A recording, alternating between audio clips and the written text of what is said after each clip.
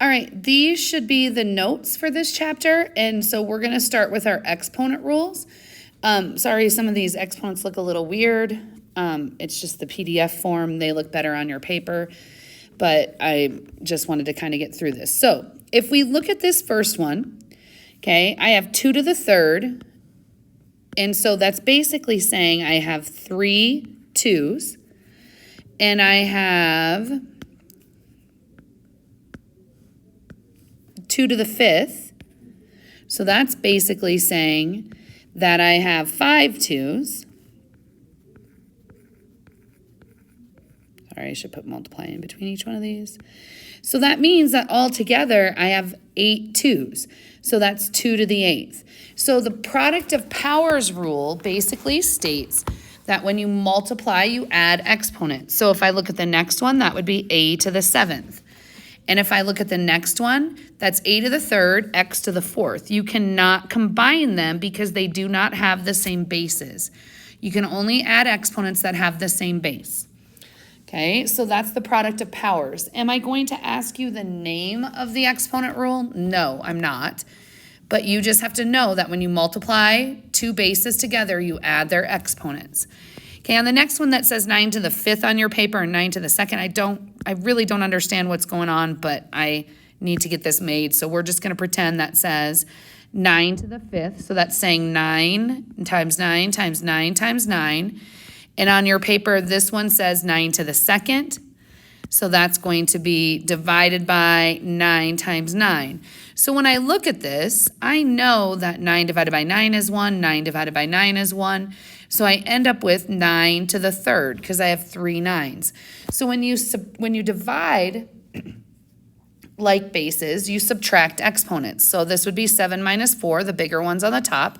So it's going to be b to the 3rd. And on the next one, you can't simplify that because they do not have the same bases. So you can only combine when they have the same bases.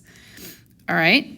So really quickly, I would like you to pick up your calculator along the side here. I'm going to write a couple. I just want you to do these into your calculator. 3 to the negative 2, 5 to the negative 2, 6 to the 3rd, 6 to the negative 3rd, 2 to the 4th, 2 to the negative 4th. I would like you to pick up your calculator and I would like you to do those quick, and then let's kind of discuss it. So pause if you need to. So when you do 3 to the negative 2, pause if you haven't done it yet. Type them in, just type them in quick and see what happens.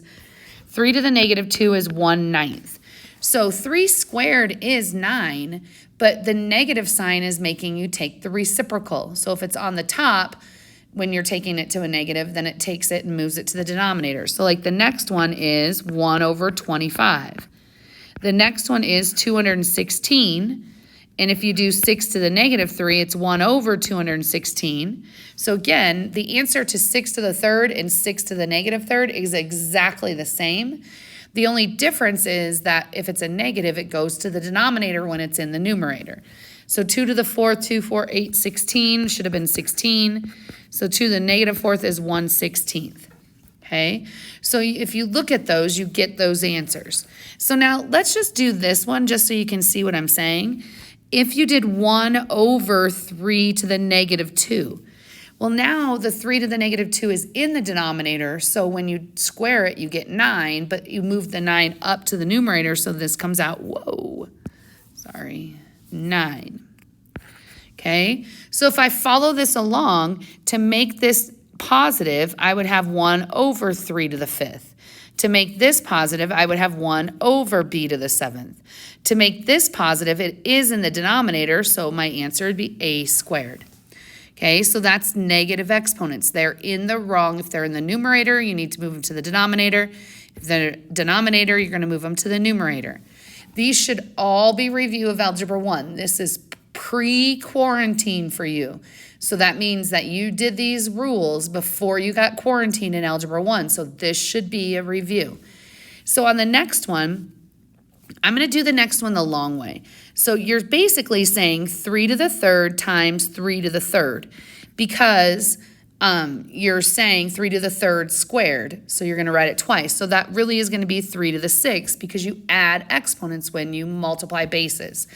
So on the next one, if I do it the long way, it's d squared times d squared times d squared, which is 2, 4, 6. So my answer is d to the 6th. But now this would really stink if I had d squared to the 50th. Because do I really want to write d squared times d squared times d squared times d squared 50 times? So no, when you do a power to a power, power to a power, power to a power, you multiply. So this would have been d to the 100th. So when you do a power to a power, you multiply. Okay? All right. On the power of a product. So now I'm not just taking power to a power, I'm taking a power to the product. This is probably the most, I'm going to rewrite it so it doesn't look like the way it came out on this. You had 3k squared. That's what your paper says. Okay? And teachers make fun of me because they can tell who had me as a teacher. So I put baby ones. If it doesn't have an exponent, I put a baby 1 on it. And the 3 has to have a baby 1. So this ends up being, because you're going to put the 2 in, this ends up being 3 squared k squared. Well, 3 squared is 9.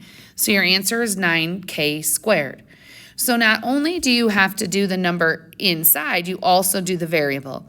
Okay, so if I look at the next one, I'm going to just rewrite it because that looks terrible.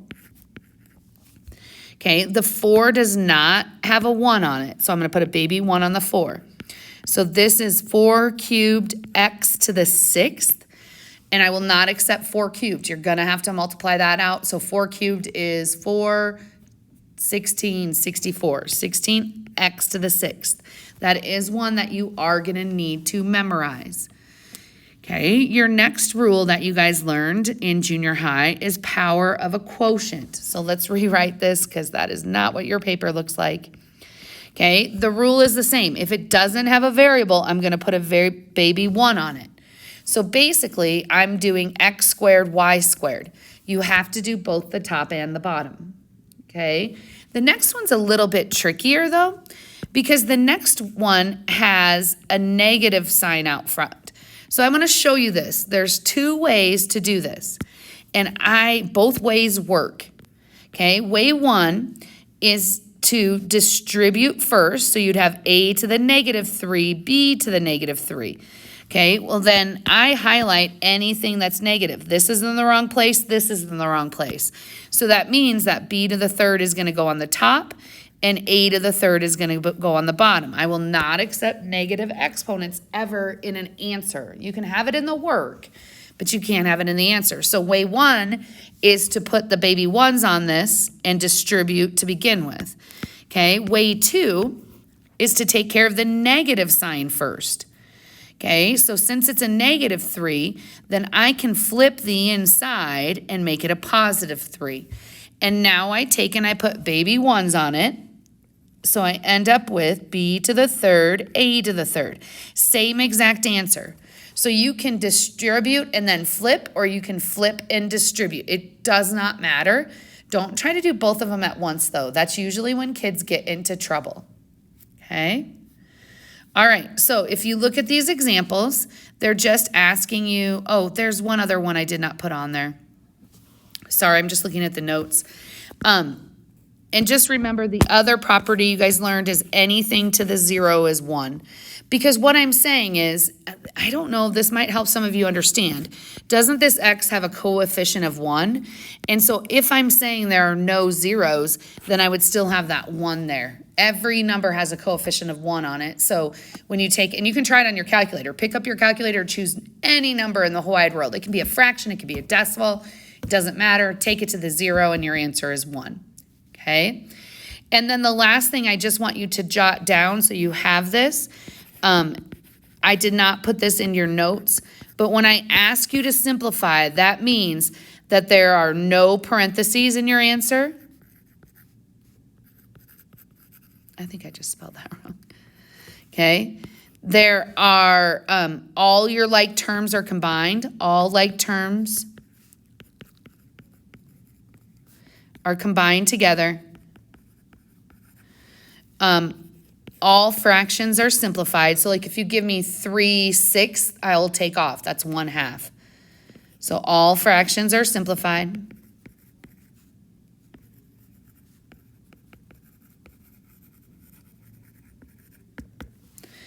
And then the last one is there are no negative exponents. And I already said that one. I will not accept an answer with a negative exponent. Okay, and that's kind of like I would not accept an answer with a square root in the denominator. So this is important. You might want to jot that down. If the directions on your test say simplify, some of you, by the time we take the test, you want to argue with me, well, I didn't know I had to get rid of parentheses. That's what simplify means. So I'm going to expect that you know this and know what simplify looks like. Okay, and Delta Math will help with that. All right, so if you go to PF1, these are just examples. So now if you want to write this out the long way, you have two ends on the top, and you have 1, 2, 3, 4, 5, 6, 7, 8, 9, 10. So 2 of these will cancel. That divides to 1, that divides to 1. So you end up with 8, but those 8 are on the bottom. So you have to leave them on the bottom. Now some kids, I think I just was taught to subtract and leave them where the bigger one is at. But some kids subtract and they do 2 minus 10, and that's a negative 8, so then they know they need to move it down. I don't care how you do that, but your answer is going to be 1 over n to the 8th. Okay, on the next one, you're going to put a baby 1 here. So this is going to be 3 squared, a to the 6th, b to the 8th, and 3 squared is 9. Okay. So I'm going to have you pause the video right now. I want you to try the next one. Pause and try the next. Actually, just pause and do example 3 and example 4. I would like you to pause the video and then I'll go through it. Okay, you should have tried example 3. This is all multiplying here. There's no adding or subtracting, so I'm going to add my exponent. So this is going to be negative 5 y squared z squared. I'm going to write my z's with a line through them. This was probably in one of my first years of teaching. Somebody told me my z's looked like 2's, and that was confusing, so I just always put a line through my z. Okay, why is this not an acceptable answer? If you look, I have negative exponents, right? And so I'm going to, the only thing that's negative is this. Everything else stays where it's at. Y squared, z squared, divided by x to the 5th. Okay, now I'm going to show you, I'm going to make a line in the middle here. This is another way 1, way 2 type thing. Okay, both ways work. So way 1 is to take and put the 1, you're going to put the 2 in. So you're going to have 6 squared r to the 4th over 3 squared s to the 6th. Well, 6 squared is 36, 3 squared is 9, and 36 divided by 9 is 4. The 4 goes on the top. That's the bigger numbers on the top. R to the 4th, that's an s, s to the 6th. So way 1 is to put the 2 in. Way 1 is to put the 2 into the parentheses and then simplify, okay? Way 2 is to simplify because isn't 3 over 6 2? So way 2 is to simplify first, then put the baby 1 on there. 2 squared is 4, 4 r to the 4th, s to the 6th. Okay, those are the same answers. So I'm telling you right now, it doesn't matter. You can simplify the inside and then do the exponent, or you can do the exponent to everything and then simplify. So, and I don't think one is faster than the other. So you got to kind of make a decision which makes the most sense to you. Okay. All right. There's one more I want you to try. I'm just kind of going through the notes, and I just down at the bottom of the page here, I want you to write this one down. H to the 6th over h to the negative 2. Go ahead and hit pause and try to solve this one. Okay, this is negative, which means it's in the wrong place, so you're going to have to move it up. So you get h to the 6th, h to the 2nd, which ends up to be h to the 8th. Now, some kids do 6 minus a minus 2, because 6 minus a minus 2 becomes a positive 2, so you get 8. That works. Same answer, so it doesn't matter to me. Okay? All right.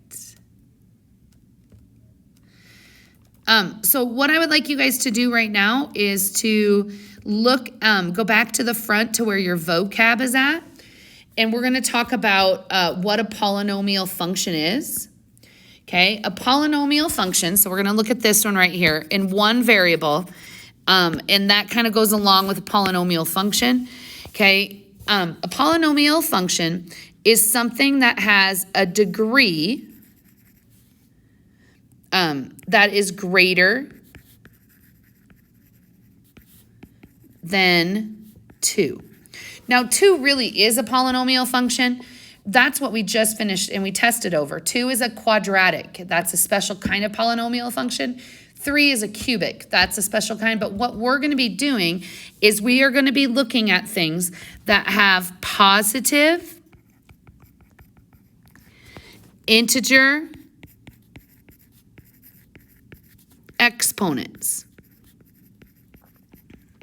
And if it's in one variable, then it's just something like f of x equals x with exponents up here. And those exponents have to be positive integer. Okay, think about from last chapter what a leading coefficient is. A leading coefficient is the number, the coefficient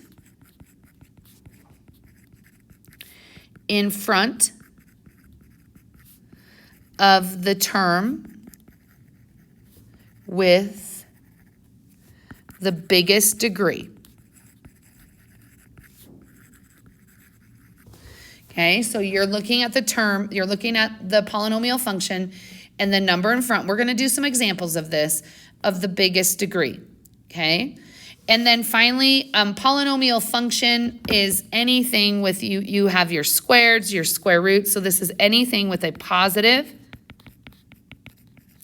integer exponent. Okay, and then a power function again, this is actually any function with exponents. So this could be decimals, fractions. We're not going to do those in this unit. This unit, we are going to do power functions, but this unit is solely based on polynomial. So if it has if it says y equals x to the 1.2, that is not a polynomial function because it's not an integer, but it is a power function because it does have a power, okay? So if I go back here to, and I didn't talk about, there's cubic, there's quartic. Quartic is a 4th degree. And I think I used to have cubic on there. Cubic is a 3rd degree. Quadratic, we've been doing those. That's a 2nd degree. Okay, so on your assignment, what you're going to have to do with this is just tell me yes or no, is it a polynomial function? So this actually printed, but oh my gosh, I hate having to leave it up like this. This one did not print well, but I'm looking at it here. It says, is the square root of c plus 2 a polynomial function? If it is, state the degree of the polynomial. And if you're like, degree, how am I supposed to know that? This is something you learned in junior high. I am reviewing right now. So if it feels like I'm going fast, that means you maybe don't have an understanding of this and you might want to come in Friday or Monday morning. You might want to go up and see the tutors after school. But right now, today should be review. So is this a polynomial function? No, because the exponent on c is actually a 1/2. And I'm not going to expect you to know that, but you can't square root and be a polynomial. You can't be square rooting a variable, okay? So that answer to that one is no. On the next one, this is a polynomial function in more than one variable, which we're not really going to graph, but this is saying 3, and then this has a, whoa, back off. I hate this thing. I have to leave it in its case or it, oh, there. This has a baby 1 on it. So the degree of this term is 3 because it has an exponent of 3. Okay, this is where this gets tricky. The degree of this term is 7 because the g has an exponent of 1 and the h has an exponent of 6. So the degree of this one is 7. And then finally, the degree of this last one, the degree of the last one is actually a 1 because the h has a 1 on it. So is this a polynomial function? Yes, because look at all of your exponents. Are they positive and are they integers? Yes, it is. If it is, so my degree is 7 because that's the largest, which would mean that my leading coefficient is equal to 3 because that is the coefficient that's in front of the term with the biggest. Okay, take a look at example 3. If you look at example 3 on your paper and not so much on here, this has a negative exponent. And remember, the definition of a polynomial function is a positive integer exponent. So the answer to this one is no. That is not. Okay, and then I'm going to ask you to do some simplifying today. So you should remember this from like 6th and 7th grade. It is a minus sign in between. So I'm just going to subtract the coefficients on the like terms, and I keep the exponents the same. So this first one would be 3x squared minus 4x squared. That's going to be, punch this thing, negative 1x squared. And then you have 2x minus 1x is going to be plus 1x. And then you have a negative 3 minus a minus 5, so it's plus 2. So that would be my answer as simplified. Okay. The next one is multiplication. So now this has an exponent of 1. So when I times in, I would have negative 3x to the 4th. And then I would have plus 2x squared, because x times x is x squared. And then minus 5x. Okay? And then on example 6, this is basically what we did already. You're going to FOIL, so you're going to take the x squared into both of these. So that's going to be x to the 3rd plus 4x squared. And then you're going to take the 3x into both of these. So that's plus 3x squared plus 12x.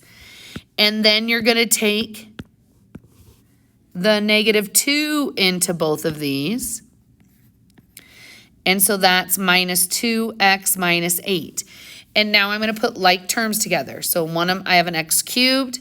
And then if I look here, I've got a plus 7x squared. And then these are going to be plus 10x minus 8. So this is my polynomial function. Okay. I don't think. So you're just going to practice a bunch of these. And so you're going to work through a Delta Math assignment. And we do have some more practice that we're going to do together on Monday. But the rest of the day here after you watch this video is taking what you know. If you don't know how to do one, I would strongly suggest to you that you look at how Delta Math did it. This should be review.